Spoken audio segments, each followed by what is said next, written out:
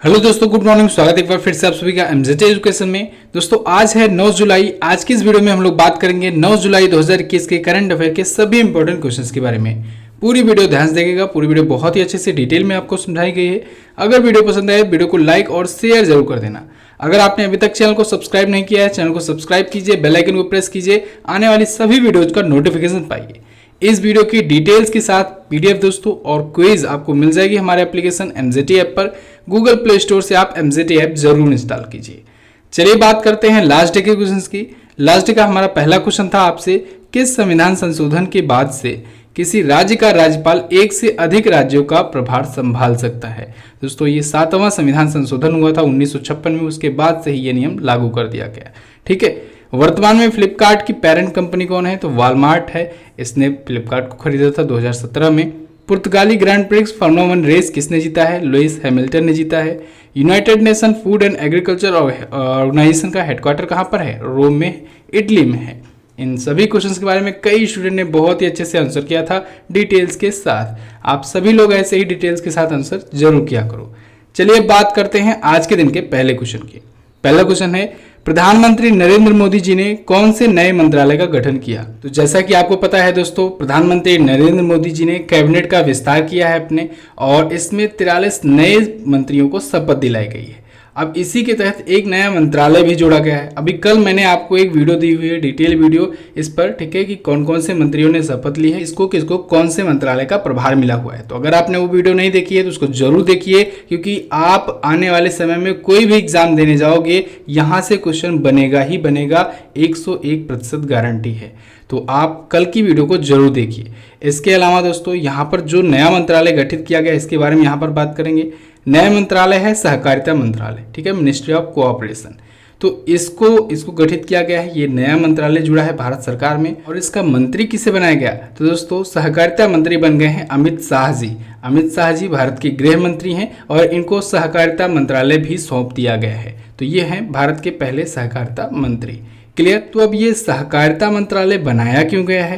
तो दोस्तों भारतीय सहकारिता आंदोलन को बढ़ावा देने के लिए, और जो स्वदेशी उद्यम होते हैं, जो हमारे देश के ही उद्यम होते हैं, इंडस्ट्रीज होती हैं या जो एंटरप्रेन्योर्स होते हैं, इनको बढ़ावा देने के लिए ये शुरू किया गया है।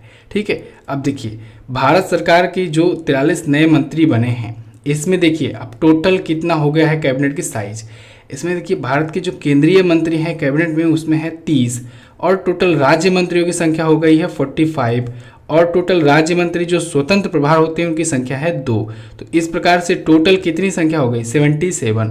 और मैंने आपको कल ही की वीडियो में बताया था कि मैक्सिमम कितने मंत्री हो सकते हैं? 81। ठीक है। ये नियम है कि 81 से ज़्यादा कोई भी सरकार अपने मंत्री परिषद को नहीं बढ़ा सकती है। ठीक है। 81 मैक्सिमम हो सकते हैं। तो अभी इतने हुए हैं। क्लियर। अच्छा, कितने मंत्रियों ने इस्तीफा दिया है? 12 मंत्रियों ने इस्तीफा दिया है। कौन कौन से मंत्रियों ने किस किस पद से इस्तीफा दिया है, इस पर हो सकता है आपको आज वीडियो दे दी जाए अगर आप लोग कहोगे तो।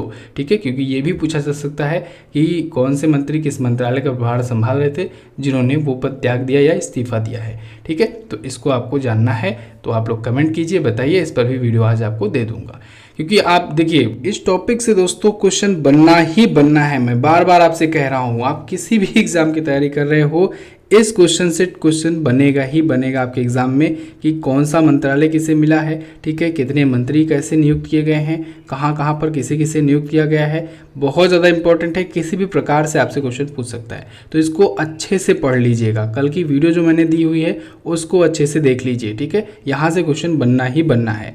अगला देखते हैं, कोविड-19 महामारी के कारण कहां पर होने वाली ओलंपिक मसाल रिले को रद्द कर दिया गया? दोस्तों कोविड-19 महामारी के कारण जो टोक्यो जापान में होने वाला था ओलंपिक मसाल रिले, उसे रद्द कर दिया गया है। ठीक है। तो जापान में टोक्यो में होने वाला था। अब देखिए ये होता क्या है, समझिए इस चीज़ को। ये ओलंपिक में मसाल रिले की जो प्रथा है ये बहुत पहले से ही चली आ रही है। रिले क्या होता है? रिले रेस जानते हो ना आप लोग? रिले रेस दौड़ में क्या होता है, जब कोई दौड़ता है और एक हाथ में लिया रहता है रिले, उसको दूसरे को पकड़ाता है, ठीक है, फिर दूसरा खिलाड़ी दौड़ता है, तो इसे ही तो रिले रेस कहते हैं। ऐसे ही सेम होता है मसाल रिले। ठीक है। ओलंपिक में इसमें क्या होता है, ओलंपिक शुरू होने से पहले मसाल जलाई जाती है और वो मसाल को बुझने नहीं दिया जाता है। एक व्यक्ति ले जाता है, दूसरे व्यक्ति को देता है, दूसरा व्यक्ति थोड़ी दूर ले जाता है, ऐसे ऐसे ये चक्कर लगाया जाता है। ठीक है, तो ये ओलंपिक की मसाल रिले जो होती है ये पब्लिक के बीच में की जाती है एक प्रकार से। ठीक है, तो पब्लिक के बीच में अभी कोविड-19 पैंडेमिक का खतरा है, संक्रमण के और ज़्यादा फैलने का खतरा है, इस वजह से फिलहाल के लिए इस बार इसे रद्द किए जाने की घोषणा की गई है। ठीक है, तो कोविड-19 महामारी के कारण ये जो टोक्यो ओलंपिक 2020 का आयोजन हो रहा है अभी, इसमें ओलंपिक का मसाल रिले नहीं किया जाएगा। ठीक है, इस बार क्या होगा, इस बार दोस्तों ये जो लाइटिंग ऑफ फ्लेम होता है जिसे ज्योति प्रज्वलन कहते हैं ओलंपिक का, ये ऑनलाइन ही स्ट्रीम किया जाएगा। ठीक है, तो लोग जो है वो ऑनलाइन ही वर्चुअल माध्यम से ही देख पाएंगे इसे। अब देखिए, केवल और केवल एक द्वीप है जहाँ पर एक्सेप्शन के रूप में कह सकते हैं, अपवाद के रूप में, वहाँ पर थोड़ा सा मसाल रिले आयोजित करा दिया जा रहा है। नाम याद रखिएगा, ओगासावारा द्वीप। क्या? ओगासावारा द्वीप। ये टोक्यो के दक्षिण में स्थित है, एक द्वीप समूह है। ठीक है, टोक्यो ओलंपिक आया है, इसके बारे में अगर बात करें तो आयोजन दोस्तों 23 जुलाई से 8 अगस्त 2021 के बीच में होगा, टोक्यो जापान में होगा। 32वां संस्करण है, हम लोग इसको कहेंगे टोक्यो ओलंपिक 2020 की। ठीक है, नाम इसका टोक्यो ओलंपिक 2020 है, लेकिन आयोजित हो रहा है 2021 में।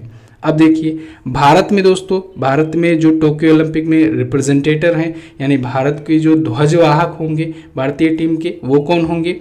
तो एक होंगी महिला टीम की जो ध्वजवाहक होंगी, वो होंगी मैरी कॉम, और पुरुष टीम के मनप्रीत सिंह जी होंगे, जो कि हॉकी इंडिया के कैप्टन हैं। मैरी कॉम तो आप जानते ही हो, मुक्केबाज हैं। ठीक है, इसके अलावा दोस्तों पैरालंपिक भी होता है। पैरालंपिक जैसे ही ओलंपिक बीतता है उसके बाद होता है। तो पैरालंपिक में भारत के ध्वजवाहक कौन होंगे? तो वो होंगे मरियप्पन थंगावेलु। इनका भी नाम आपको याद रखना है। इतना क्लियर है। अब जापान आया है। जापान देखिए मैप में है कहाँ पर, ये रहा जापान, ये रहा अपना प्यारा भारत। यहाँ से आप चाइना वगैरह को क्रॉस करते हुए आएंगे, थोड़ा सा जूम इन करते हैं, चाइना वगैरह को क्रॉस करते आएंगे तो यहाँ पर कोरिया है। ठीक है, उत्तर कोरिया, दक्षिण कोरिया, इसके बाद यहाँ पर है जापान। जापान को दोस्तों उगते सूर्य का देश कहा जाता है। ठीक है, क्या? उगते सूर्य का देश, क्योंकि आप देखेंगे ये ईस्ट में है। ठीक है, ईस्ट में ही है, सूर्य उगता है तो यहीं से सबसे पहले दिखाई देता है। येन यहाँ की करेंसी है, डायट यहाँ की है, संसद का नाम, और योशिहिदे सुगा ये हैं यहाँ के प्राइम मिनिस्टर। यहाँ के जो पूर्व प्रधानमंत्री थे शिंजो अबे, उनको दोस्तों इस बार भारत में दूसरा सर्वोच्च नागरिक सम्मान दैट इज पद्म विभूषण, उससे सम्मानित किया गया है। ठीक है, इस बार 7 व्यक्तियों को पद्म विभूषण से सम्मानित किया गया, और जिनमें से एक का नाम है शिंजो अबे, जो कि जापान के पूर्व प्रधानमंत्री हैं। क्लियर? अगला देखते हैं। ऑल इंडिया रेडियो यानी AIR के नए महानिदेशक कौन बने? दोस्तों ऑल इंडिया रेडियो के नए महानिदेशक बन गए हैं N वेणुधर रेड्डी जी। कौन? N वेणुधर रेड्डी जी। इमेज में जो आपको दिख रहे हैं यही हैं N वेणुधर रेड्डी।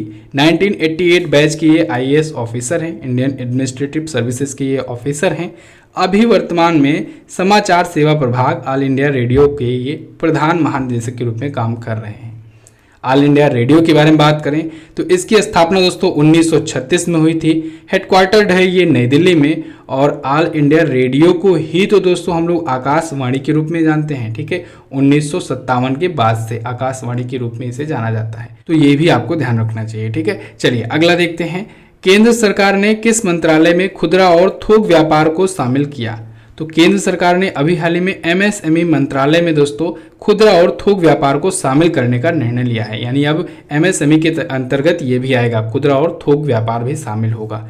MSME यानी कि micro small and medium enterprises, जो इसके लिए मंत्रालय बनाया गया है, तो इसमें अब खुदरा और थोक व्यापार को भी शामिल किया जाएगा। ठीक है, अब तक क्या होता था, कुछ निश्चित क्राइटेरिया था कि इतने करोड़ से इतने करोड़ के बीच में व्यापार करने वाले जो होंगे वही इसके अंतर्गत आएंगे। ठीक है, क्योंकि आप MSME का फुल फॉर्म देखोगे तो वो होता है micro small and medium enterprises, यानी कि छोटा, लघु और मध्यम उद्योग जो होता है। अब इसके तहत ये भी शामिल कर दिया जाएगा, खुदरा और थोक व्यापार भी। ठीक है, तो इसके तहत जो दुकानदार हैं छोटे मोटे वाले, ठीक है, लेकिन ये भी ध्यान रखना है अभी भी कुछ लिमिटेशन लगाई गई है। ऐसा नहीं है कि सबसे छोटे से छोटे व्यापारियों को भी इसमें शामिल कर लिया गया, नहीं, इसमें खुदरा और थोक व्यापार को शामिल किया गया है, लेकिन अभी भी कुछ क्राइटेरिया इसमें शामिल हैं। अब इसको मंत्रालय के अंतर्गत जब लाया गया है तो इससे फ़ायदा क्या होगा? फ़ायदा ये होगा, आप लोग देखते रहते हो MSME के लिए लगातार योजनाएं आती रहती हैं, बैंकें भी लॉन्च करती हैं और सरकारें भी लॉन्च किया करती रहती हैं।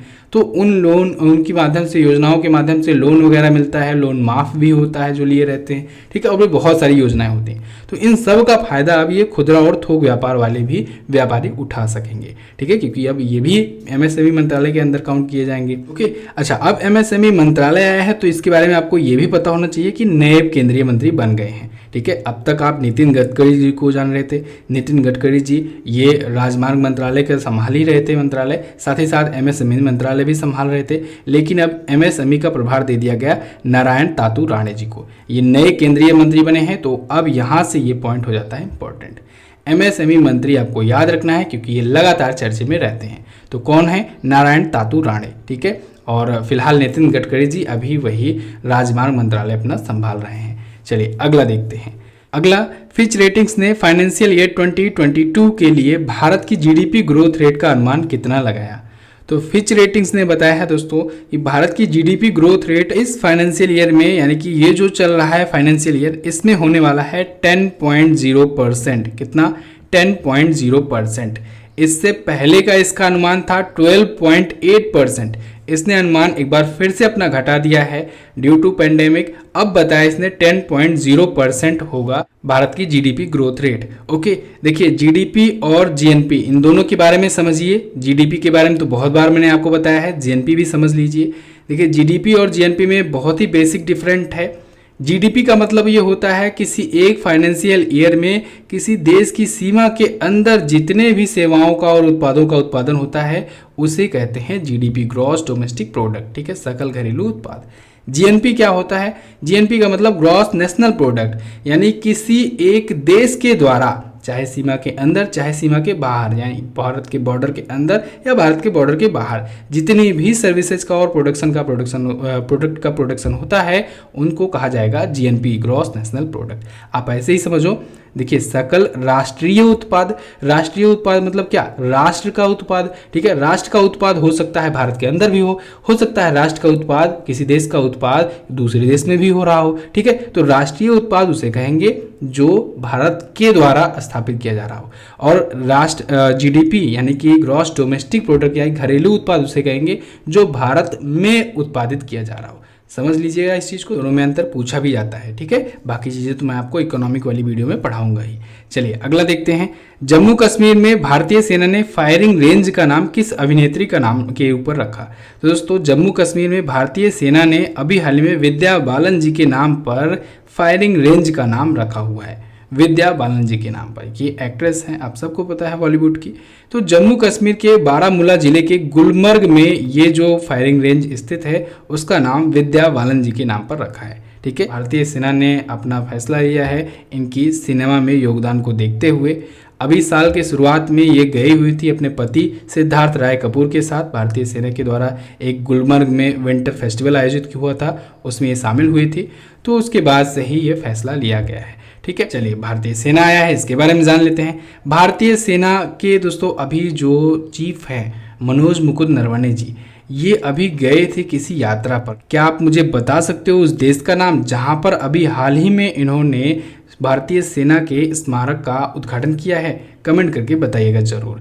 मनोज मुकुंद नरवणे जी दोस्तों भारतीय थल सेना के अध्यक्ष हैं। भारतीय थल सेना दिवस कब मनाया जाता है? प्रत्येक वर्ष 15 जनवरी को मनाया जाता है। 8 अक्टूबर को वायुसेना दिवस मनाया जाता है। 4 दिसंबर को मनाया जाता है नौसेना दिवस, ठीक है। भारत की जो थल सेना है ये दुनिया की चौथी सबसे बड़ी थल सेना है, इसको भी आपको याद रखना है। हेडक्वार्टर ये नई दिल्ली में है इसका। अगला, किस देश के राष्ट्रपति की घर में घुसकर हत्या कर दी गई? तो दोस्तों अभी हाल ही में हैती के प्रेसिडेंट की घर में घुस करके हत्या कर दी गई है। इन पर अटैक हुआ है काफ़ी बड़ा। हैती के जो प्रेसिडेंट थे, ठीक है, और इनकी हत्या हो गई है। कौन थे? Jovenel moist. जोवेनेल मोइस दोस्तों अभी 2017 में ही बने थे प्रेसिडेंट, ठीक है, और इनके घर में घुस करके इनकी हत्या कर दी गई है। इनकी फैमिली पर भी अटैक किया गया है।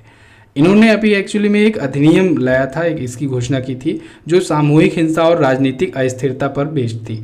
तो उसको देखते हुए इनके देश में भी काफ़ी ज़्यादा बवाल खड़ा हो गया और फिर अज्ञात लोगों ने आकर के इन पर अटैक किया और इनकी हत्या कर दी। हैती देश फिलहाल कहाँ पर है? चलिए वर्ल्ड मैप में देखते हैं।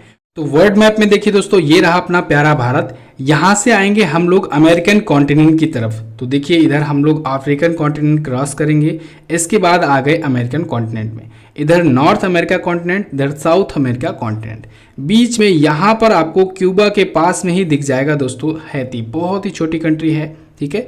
ये देखिए डोमिनिकन रिपब्लिक के पास, डोमिनिकन गणराज्य के पास में इधर है हैती, ठीक है। और इसकी कैपिटल क्या होती है?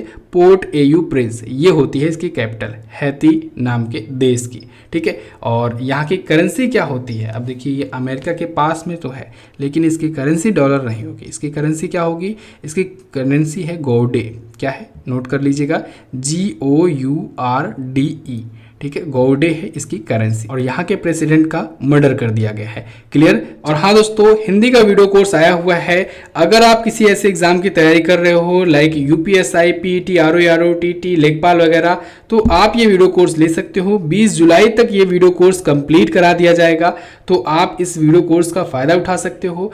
बहुत ही खास तरीके से ये वीडियो कोर्स डिजाइन किया गया है। इसमें दोस्तों हर एक चैप्टर को हिंदी के डिटेल्स में समझाया गया है, साथ ही साथ हर एक वीडियो का डिटेल नोट्स प्रोवाइड कराया गया है, जिससे आप क्विक रिवीजन कर सको।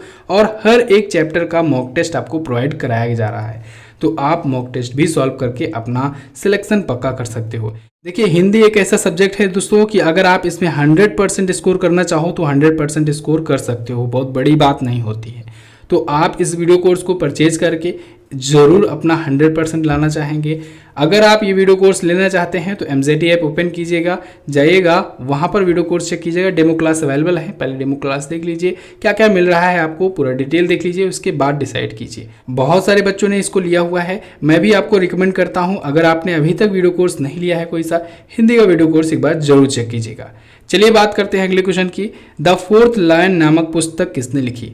तो द फोर्थ लायन नामक पुस्तक लिखी है वेणु माधव गोविंदू और श्रीनाथ राघवन जी ने। इन दोनों ने मिल करके ये पुस्तक लिखी है द फोर्थ लायन नाम से। ये पुस्तक का पूरा नाम है the fourth lion essay for Gopal Krishna Gandhi, ठीक है। The fourth lion essay for Gopal Krishna Gandhi दोस्तों एक प्रकार से निबंध टाइप की एक बुक है, और इसमें 26 निबंध लिया गया है, ठीक है। 26 निबंध का ये संकलन है। तो ये पुस्तक किसने लिखा है? वेणु माधव गोविंदू और श्रीनाथ राघवन ने। क्लियर? बुक एंड ऑथर पर वीडियो मैंने आपको दी हुई है, आप देख सकते हैं। अगला, महिला एशिया कप 2022 की मेज़बानी कौन करेगा?